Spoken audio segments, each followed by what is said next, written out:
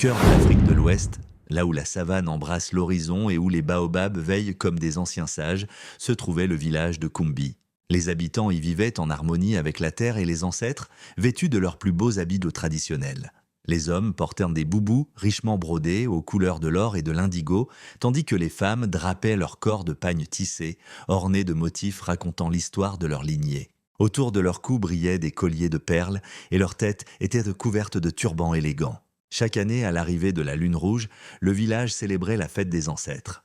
Les anciens disaient que cette lune ouvrait un passage entre le monde des vivants et celui des esprits bienveillants. Au centre du village reposait un tambour sacré, le ngoma, sculpté dans un tronc d'arbre millénaire. Seul le gardien des traditions avait le droit d'en jouer. Cette année-là, c'était Ayo, un jeune garçon au regard vif, qui avait été choisi. La veille de la cérémonie, sa grand-mère, Mama Kele, lui traça des symboles de protection sur le front avec de la terre rouge.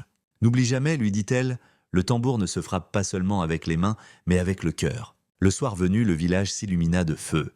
Les danseurs, les chevilles ornées de grelots, tournoyaient au rythme des chants ancestraux. Les masques en bois, représentant les esprits de la forêt, apparaissaient dans un nuage de poussière sacrée. Lorsqu'Ayo frappa le ngoma, un son profond résonna comme le battement du cœur de l'Afrique elle-même. Les anciens levèrent leurs bâtons sculptés. Les femmes entonnèrent des chants en langue ancienne, et chacun sentit la présence des ancêtres descendre sur le village.